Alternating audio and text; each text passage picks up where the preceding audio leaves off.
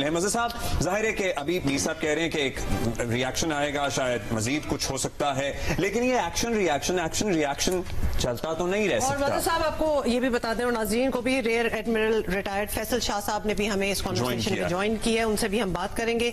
जी मज़े साहब, देखिए 7 मई का दिन जो है हम सब के लिए बहुत ही हौसला अफजा दिन है।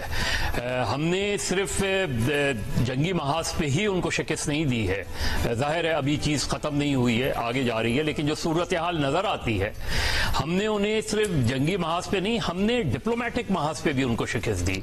यानी जितना स्ट्रांगली हमने अपना केस बाहर प्लीड किया और दुनिया ने हमारी बात को सुना, और आज के रिएक्शन से भी आपको पता चल रहा होगा कि हमारी सक्सेस जो है वो डिप्लोमेटिकली भी हुई है, हमारी सक्सेस, और वॉर सिचुएशन भी आपके सामने है।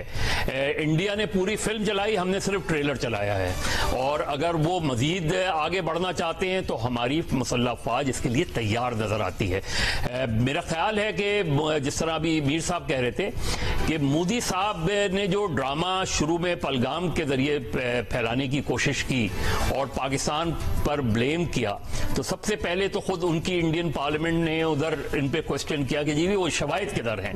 वो आज तक वो शवाहिद पेश नहीं कर सके और उन्होंने एक और एडवेंचर करने की कोशिश की जिसका जवाब आज मिल गया। अब उन पे जो पॉलिटिकल प्रेशर होगा वो ना सिर्फ उनका अपना मीडिया उनसे सवाल करेगा, जिस मीडिया को उन्होंने एक ऐसा मीडिया बना दिया है कि उसमें नफरत की रिपोर्टिंग करता है, ऐसी वैसी नफरत की।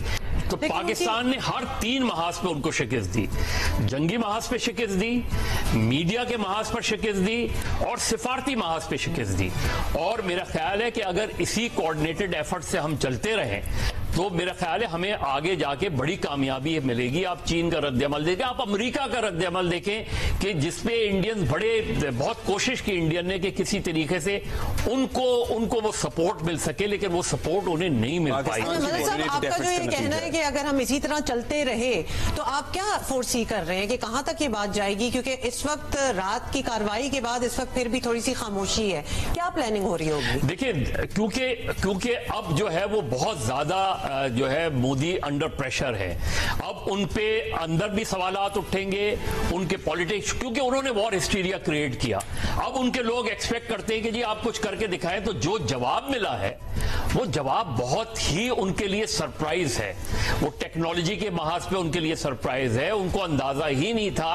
उनके जिन जहाजों पे वो बड़ा नाज कर रहे थे, जिस टेक्नोलॉजी पे वो बड़ा नाज कर रहे थे, जो अब तक की इत्तलात हैं, जिस तरीके से उनके तैयारे मार गिराए, और ये बात बहुत अहम है, उन्होंने हमारे सिविलियंस को टारगेट किया।